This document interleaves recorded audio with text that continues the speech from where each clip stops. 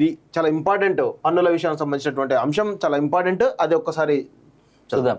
కొత్త పన్ను విధానంలో మార్పులు. ఆదాయం 3 లక్షల లోపు అంటే 3 లక్షల వరకు అయితే ఏ రకమైన పన్ను చెల్లించాల్సిన పని లేదు.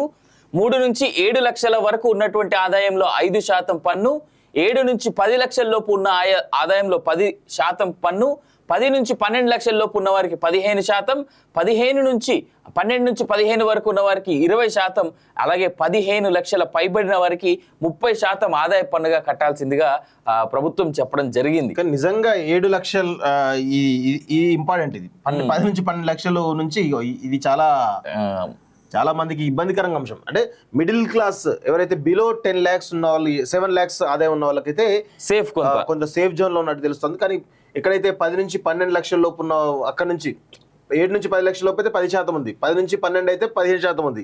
సో అది చాలా ఇబ్బందికరంగా ఉండే అవకాశం అయితే కనబడతా ఉంది. మరి 15 లక్షలు పైబడి అంటే కోట్ల వాళ్ళంతా కూడా 30% కట్టుకుంటూ పోవాల్సిందే. అంటే కట్టాలి కదా అసలు ఫస్ట్ వాళ్ళు. సో ఒకటి అంటే 3 లక్షల నుంచి 7 లక్షల లోపు ఉన్నటువంటి వాళ్ళకేమో 5% అనేటువంటి అదొక్క కొంత రిలాక్సేషన్ గా ఉన్నట్టు మనకైతే తెలుస్తా ఉంది. అంటే అప్పుడప్పుడే జస్ట్ మాక్సిమం 1.5 year ఉద్యోగంలో ఎక్స్పీరియన్స్ ఉన్న వాళ్ళు, అది మంచి కంపెనీలో ఉన్న వాళ్ళకి ఆ జీతాలు వస్తాయి. నిర్మలా స్పీచ్ లో కనిపించని తెలంగాణ పదం. 3 సార్లు ప్రధానిని కలిసిన సీఎం రేవంత్ రెడ్డి బడేబాయ్ అని సంబోధించిన నో యూజ్, కాగితాలకే పరిమితమైన రాష్ట్ర రిక్వెస్ట్లు, విభజన చట్టంలో హామీలు ఏపీకే పరిమితం, బీహార్కు సైతం భారీగానే నిధుల కేటాయింపు, కొత్త పన్ను స్లాబుల్లో మార్పులు, స్టాండర్డ్ డిడక్షన్ పరిమితి పెంపు, పాత విధానంలో మార్పులు లేవు, వ్యవసాయ రంగానికి పెద్దపీట, బంగారం దిగుమతులపై కస్టమ్ డ్యూటీ తగ్గింపు, క్యాన్సర్ మందులపై సుంకం ఎత్తివేత, వికసిత్ భారత్ లక్ష్యంగా 9 అంశాలపై ఫోకస్ పెట్టినట్టుగా మనకైతే క్లియర్ గా తెలుస్తా ఉంది. దానిలో అంటే ఈసారి ఎందుకో వ్యవసాయ రంగం ప్రధానంగా అక్కడ మళ్ళీ దాదాపు 1 కోటి మంది పైగా వాళ్ళకి ప్రకృతి వ్యవసాయం గురించి కొత్త దాని మీద ఫోకస్ పెట్టినట్టు తెలుస్తోంది. అదేవిధంగా అగ్రికల్చర్ రీసెర్చ్ మీద కూడా పెద్ద ఎత్తున ఫోకస్ పెట్టినట్టుగా మనకు కనబడతా ఉన్నట్టు విషయాన్ని చూస్తా ఉన్నాం.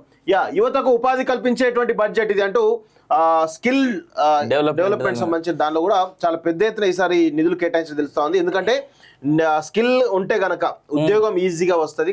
గతంలోంచి కూడా గత 10 సంవత్సరాల నుంచి కూడా ఉద్యోగాల కల్పన విషయంలో కొంత భారతీయ జనతా పార్టీ ఫోకస్ తక్కువ పెట్టి తెలుస్తోంది. సో మొదటి బడ్జెట్ లో, 3వ ప్రధాని అయిన తర్వాత మొదటి బడ్జెట్ లో కొంత నైపుణ్యం మీద పెట్టిన తర్వాత అది కొంత మరి ఉద్యోగాలు క్రియేట్ అయ్యేటువంటి అవకాశాలు కూడా చాలా స్పష్టంగా కనబడతా ఉన్నాయి.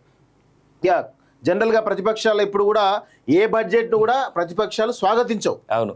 సో ప్రస్తుతం అదే రాహుల్ గాంధీ కానీ రేవంత్ రెడ్డి కానీ వీళ్ళందరూ కూడా అదే విధంగా కామెంట్ చేస్తా ఉన్న విషయం మనం చూడాలి. ఇక్కడ చూసుకోవచ్చు, ధరలు పెరిగినాయి. ప్లాస్టిక్ వస్తువులు, సిగరెట్లు, ప్లాటినం వస్తువులు, కాంపౌండ్ రబ్బర్, కాపర్ స్క్రాప్ దిగుమతి చేసుకున్న టెలికాం ఆధారిత పరికరాలు.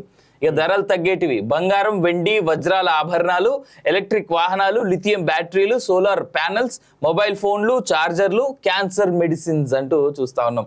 దీంట్లో ఫస్ట్ 2 లైన్లు మాత్రం బాగా ఇంపార్టెంట్ భారతదేశ ప్రజలకి. బంగారం, వెండి అనేవి ఇక భారతదేశంలో ఒక ఎమోషన్, అది చాలా. సో అవి కొంత తగ్గడం నాకు తెలిసి బంగారం 10 గ్రాములకు 4,000 తగ్గినట్టు తెలుస్తుంది. నాకు తెలిసి నిన్న గట్టిగానే మార్కెట్ డమాలని ఉంటది. అవును. బడ్జెట్ స్వరూపం ఒక్కసారి చూసినట్లయితే 1952 నుంచి 2024 వరకు దాదాపు ప్రస్తుతం 2024-25 సంవత్సరానికి 48,021 లక్షల 48,021,000 కోట్లు. దానికి బడ్జెట్ లో ప్రధాన అంశాలు చూసినట్లయితే వ్యవసాయ రంగంలో ఉత్పాదకతను పెంచడం, ఉపాధి నైపుణ్యాభివృద్ధి, మానవాభివృద్ధి, సామాజిక న్యాయం, తయారీ సేవలు, పట్టణాభివృద్ధి, ఇంధన భద్రత, మౌలిక సదుపాయాలు, పరిశోధనలు, ఆవిష్కరణలు, భవిష్యత్తు సంస్కరణలు అంటూ చాలా అన్ని రంగాల్లో కూడా చాలా క్రియాశీలకంగా వాళ్ళు డిజైన్ చేసినట్టు తెలుస్తా ఉంది. ఇందులో నిరాశపరిచేటువంటి అంశాలు చూసినట్లయితే PM కిసాన్ సాయంలో పెంపు లేకపోవడం వల్ల రైతులు వంట గ్యాస్, చమురు ధరల తగ్గింపు ప్రస్తావన లేకపోవడంతో సామాన్య ప్రజలు నిరాశకు లోనయ్యారు. ఆదాయ పన్ను స్లాబుల మార్పు వేతన జీలో కొంత ఊరట కల్పించినప్పటికీ లాంగ్ టర్మ్ క్యాపిటల్ గెయిన్స్ పై పన్ను పెంపు, పాత పన్ను విధానంలో మార్పులు చేయకపోవడం వంటి అంశాలు తీవ్రమైనటువంటి నిరాశకు దారితీశాయి. ఆయుష్మాన్ భారత్ బీమా కవరేజ్ పెంపుపై పేదలు పెట్టుకున్న ఆశలు ఆవిరయ్యాయి. MSME అంటే మ్యానుఫ్యాక్చరింగ్ సంబంధించినటువంటి మైక్రో అండ్ స్మాల్ స్కేల్ బిజినెస్లు కానీ మీడియం స్కేల్ బిజినెస్ పెట్టుకున్న వారికి కొంత ఈ బడ్జెట్ లో చాలా ప్రాధాన్యత ఇచ్చడం తెలుస్తోంది. అభివృద్ధి చెందిన దేశంగా ఎదిగేందుకు తయారీ రంగం కీలకమై భావిస్తున్న ప్రభుత్వం అందులో భాగంగా బడ్జెట్లో మెరుగైనటువంటి కేటాయింపులు చేసింది. తయారీ రంగంలో ఎంఎస్ఎంఈలు కొనే యంత్రాలు పరికరాల కోసం ఎలాంటి హామీ, థర్డ్ పార్టీ గ్యారంటీ లేని టర్మ్ లోన్లు ఇవ్వన్నారు. ప్రభుత్వ రంగ బ్యాంకుల్లో ఎంఎస్ఎంఈ రుణాల అర్హత కోసం ప్రత్యేకమైనటువంటి వ్యవస్థను ఏర్పాటు చేయన్నారు. అందుకోసం ముద్ర రుణాల పరిమితిని 10 లక్షల నుంచి 20 లక్షలకు పెంచారు. కొత్తగా ఏర్పాటయ్యే ఎంఎస్ఎంఈలకు సెల్ఫ్ ఫైనాన్స్ గ్యారంటీ ఫండ్ ద్వారా 100 కోట్ల వరకు హామీ ఇవ్వనున్నారు. సో మీరు రాసి పెట్టుకోండి, ఈ 5 సంవత్సరాలు అంటే దాదాపు ఇంకా 4.5 సంవత్సరాలు వేసుకోండి. ఈ 4.5 సంవత్సరాలలో ఈ దేశంలో ఒక పారిశ్రామిక విప్లవం రాబోతుంది. ఎందుకంటే గత 10 సంవత్సరాలు ఈ దేశంలో ఇన్ఫ్రాస్ట్రక్చర్ డెవలప్ అవ్వడానికి గత ప్రభుత్వం చాలా పెద్ద ఎత్తున అడుగులు వేసినటువంటి విషయాన్ని మనం అందరం కూడా గమనించాలి. రోడ్ల విషయంలో కానీ లేకపోతే ఎయిర్పోర్ట్ల విషయంలో కానీ చాలా విషయాల్లో కొంత ఇన్ఫ్రాస్ట్రక్చర్ మాత్రం డెవలప్ కావడం జరిగింది. అది రేపటి రోజున పారిశ్రామిక విప్లవానికి దారితీసేటువంటి అవకాశం అయితే కనబడుతుంది. ముఖ్యంగా ఎలక్ట్రానిక్ పరికరాలకు సంబంధించినటువంటి విషయంలో, ఎలక్ట్రానిక్ రంగంలో, మ్యానుఫ్యాక్చర్ రంగంలో మన దేశం చైనాతో పోటీ పడేటువంటి అవకాశం అయితే చాలా స్పష్టంగా కనబడతా ఉన్నాయి. ఈ దేశ ప్రభుత్వం తీసుకునేటువంటి నిర్ణయాల మీద ఆధారపడి రేపటి భారతదేశ భవిష్యత్తు అది కూడా మ్యానుఫ్యాక్చర్ రంగంలో ఉండబోతుంది అనేది చాలా స్పష్టంగా మనకైతే అర్థమవుతుంది. మైనర్లకు కూడా ఎన్పిఎస్ పిల్లల భవిష్యత్తు కోసం ప్రభుత్వం పెన్షన్ విధానంలో మార్పులు చేసింది. ఈ పథకంలో మైనర్లను కూడా చేర్చే విధంగా ఎన్పిఎస్ వాత్సల్యాన్ని ఆర్థిక మంత్రి ప్రకటించారు. ఈ పథకం ద్వారా మైనర్లు ఉన్న తల్లిదండ్రులు లేదా సంరక్షకులు వారి పేరు మీద పెట్టుబడులు పెట్టచ్చు. వారు మేజర్లుగా మారిన తర్వాత వారి అకౌంట్లు ఆటోమేటిక్గా సాధారణ ఎన్పిఎస్ అకౌంట్గా మారుతాయంటూ ఒకరిని చూస్తున్నాం. సొంతింటి కళకు భరోసా. సో ఈ ప్రభుత్వం సొంతింటి కళ మీద చాలాసారి కూడా 2014 నుంచి ఇప్పటి వరకు కూడా చాలా పెద్ద ఎత్తున దాదాపు 10 కోట్లకు పైగా ఇల్లు కట్టించినట్టు దానికి మనకు చాలా పెద్ద ఎత్తున వాళ్ళు ఫోకస్ పెట్టినట్టు తెలుస్తా ఉంది. రక్షణ రంగానికి 6.21 లక్షల కోట్లు, అది కామన్. ప్రతి బడ్జెట్ లో కూడా రక్షణ రంగానికి ఖచ్చితంగా మంచి కీలకమైనటువంటి అంశం. ప్రధానమంత్రి స్పెషల్ ప్యాకేజ్ కింద ప్రత్యక్ష నగదు బదిలీ పథకం కింద గరిష్టంగా 15,000 రూపాయలు ఇవ్వనున్నట్టుగా ప్రకటించింది. తయారీ రంగంలో ఉపాధి పెంచేందుకు తొలిసారి ఉద్యోగంలో చేరే వారితో పాటు ఉద్యోగాలు ఇచ్చే పరిశ్రమలకు ప్రోత్సాహకాలను నిర్మలా సీతారామన్ ప్రకటించారంటూ చెప్పింది. ఫస్ట్ టైం జాబ్ వచ్చిన వాళ్ళు, నాకు బాగా నచ్చినటువంటి అంశం ఏంటంటే, ఫస్ట్ టైం జాబ్ వచ్చిన వాళ్ళకి ఒకవేళ ₹1,00,000 కంటే తక్కువ జీతం ఉంటే ఒక్క మంత్ లేదా 2 నెలలకు సరిపడా 15,000 రూపాయలు కేంద్ర ప్రభుత్వం డైరెక్ట్ గా ఇస్తుందంట ఉద్యోగులకి. So that was some good అంశం లాగా నాకు అనిపించింది. వ్యవసాయ రంగంపై ప్రత్యేక దృష్టి. వ్యవసాయ రంగంలో ఉత్పాదకత పెంచేందుకు నిర్మలా సీతారామన్ కీలక ప్రకటన చేశారు. వ్యవసాయం దాని అనుబంధ రంగాలకు 1.52 లక్షల కోట్లు కేటాయించారు. ఈ రంగంలో ఉత్పత్తి, నిల్వ, మార్కెటింగ్ పెంచేందుకు చర్యలు తీసుకుంటామన్నారు. సేకరణ, నిల్వ, సరఫరా కోసం అవసరమైనటువంటి పెట్టుబడులు తెస్తామన్నారు. కొత్త వంగడాల కోసం వ్యవసాయ పరిశోధనలు ప్రోత్సహించడం, అందుకు కావాల్సినటువంటి నిధులు ప్రైవేట్ రంగ భాగస్వామ్యానికి కృషి చేస్తామన్నారు. అదేవిధంగా రాబోయే 2 ఏళ్లలో 1 కోటి మంది రైతులు ప్రకృతి వ్యవసాయం లోకి మారేలా ప్రోత్సాహం, వారి ఉత్పత్తుల బ్రాండింగ్ సర్టిఫికేషన్ ఉంటుందని తెలిపారు. నిజంగా న్యాచురల్ ఫార్మింగ్ చేసేటువంటి ప్రస్తుతం చాలా మంది న్యాచురల్ ఫార్మింగ్ చేస్తున్నారు. వారందరికీ కూడా ఈ ప్రస్తుతం ఉన్నటువంటి బడ్జెట్ లో వాళ్ళకు చాలా పెద్దపీట వేసినట్టు తెలుస్తోంది. దాదాపు 1 కోటి మంది రైతులు తయారు చేసేటువంటి లక్ష్యంతో వాళ్ళు ప్లాన్ చేసినట్టు తెలుస్తోంది. వారికి కొంత ప్రోత్సాహకాలు కానీ సర్టిఫికేషన్ కానీ ఇవన్నీ ఇస్తున్నారు కాబట్టి ఖచ్చితంగా వాళ్ళకు కొంత ఊరటిచ్చే అంశం అని మనం చెప్పొచ్చు పెద్ద ఎత్తున. ఎందుకంటే ఆర్గానిక్ ప్రొడక్ట్స్ మీద ఈ మధ్య యువత కూడా చాలా పెద్ద ఫోకస్ చేశారు. వ్యవసాయ రంగం మీద 1.52 లక్షల కోట్లు ఈ దేశ ప్రభుత్వం పెడితే విద్యకు 1.48 లక్షల కోట్లు పెట్టినట్టుగా మనకు అర్థం. దాదాపు ఈక్వల్ విద్య ఆల్మోస్ట్ వ్యవసాయానికి సంబంధించినటువంటి దాంట్లో చాలా రిలేటెడ్ దగ్గరగా ఉన్నట్టు తెలుస్తా ఉంది. కేంద్ర బడ్జెట్ లో ఉపాధి నైపుణ్యంతో పాటు విద్యకు కూడా ప్రభుత్వం ప్రాధాన్యత ఇచ్చింది. విద్యారంగంలో విద్య, ఉపాధి నైపుణ్యం కోసం 1.48 లక్షల కోట్లు కేటాయించారు.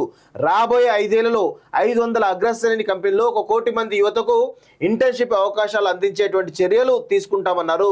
ప్రభుత్వ పథకాల నుంచి లబ్ధి పొందని విద్యార్థులు దేశీయ సంస్థల్లో విద్య కోసం 10 లక్షల వరకు మద్దతు రుణాలు అందించనున్నారు. రుణ మొత్తంలో 3% వడ్డీ రాయితీ కింద ప్రతి ఏడాది 1,00,000 మంది విద్యార్థులకు నేరుగా ఈ వోచర్లు అందిస్తామన్నారు. 1000 ఇండస్ట్రియల్ ట్రైనింగ్ ఇన్స్టిట్యూట్లు హబ్ స్పోక్ మోడల్లో అప్గ్రేడ్ చేయనున్నారు.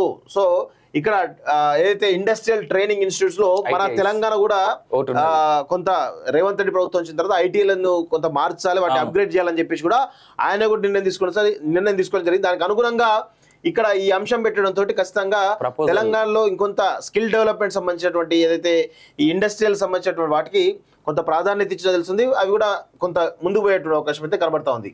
రైల్వే రంగానికి లాజిస్టిక్ సామర్థ్యాన్ని పెంపొందించడం, ఖర్చులను తగ్గించేందుకు కేంద్ర ప్రభుత్వం 3 ప్రధాన రైల్వే కారిడార్ కార్యక్రమాలను అమలు చేస్తామని ప్రకటించింది.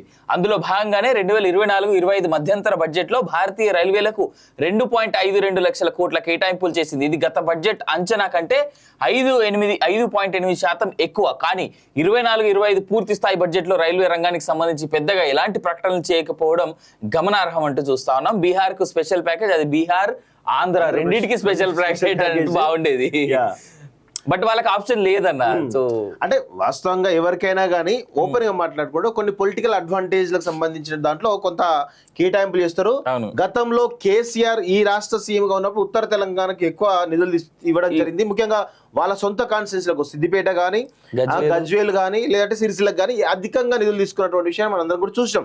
అదే ఇప్పుడు రేవంత్ రెడ్డి ఆయన ముఖ్యమంత్రి కాగానే కొడంగల్ అర్బన్ డెవలప్మెంట్ అథారిటీ పెట్టేసిండు. ఆ తర్వాత మహబూబ్ నగర్ కి ఆయన దక్షిణ తెలంగాణ సంబంధించిన ఆయన డెవలప్మెంట్ సంబంధించి అది జరుగుతూ ఉంది తప్ప, అంటే ఎవరి ప్రయోజనాలు స్వార్థ ప్రయోజనాలు వాళ్ళు చూసుకుంటారు. అందులో మనం అవునన్నా కాదన్నా వాళ్ళు చేస్తూనే ఉంటారు, మనం చూస్తూనే ఉంటాం, ఇవన్నీ జరుగుతూనే ఉంటాయి. ఎవరు ఒకరు ఇంకొకరిని సాటిస్ఫై చేసేటువంటి పరిస్థితి ఉండదు. వాళ్ళు కావాలని చేసే ప్రయత్నం కూడా జరగవచ్చు. అంతే. బడ్జెట్ సమగ్ర స్వరూపం కోట్లలో ఒకసారి చూసినట్లయితే రెవెన్యూ వసూలు, పన్ను ఆదాయం, పన్నేతర ఆదాయం, అంటే నాకు తెలిసి మొదటిది రెవెన్యూ వసూలే. ఎక్కడ చూసినా ఎక్కడైనా రెవెన్యూ వసూలే ఉంటాయి. మన రాష్ట్రంలో ఎక్సైజ్ ఆదాయం ఎక్కువ. కానీ దేశ చూసినట్లయితే రెవెన్యూ వసూలు చూడండి 23,83,206 కోట్లు. బడ్జెట్ అంచనాలు 26 లక్షలు ఉంటే 23 లక్షలు వచ్చినట్టు తెలుస్తుంది. సవరించిన అంచనాలు 26,99,713. బడ్జెట్ అంచనాలు 31,29,200. ఇక పన్ను ఆదాయం, పన్నేతర ఆదాయం, మూలధన వసూలు, రుణాల రికవరీ, ఇతర వసూళ్లు, అప్పులు, ఇతరత్ర వసూలు. అప్పులు కూడా చాలా పెద్ద ఎత్తున ఉన్నట్టు చాలా క్లియర్ గా తెలుస్తా ఉంది. అంతరిక్ష రంగానికి 1000 కోట్ల వెంచర్ ఫండ్. అక్కడ కూడా 1 కోటి ఇళ్లకు ఉచిత విద్యుత్.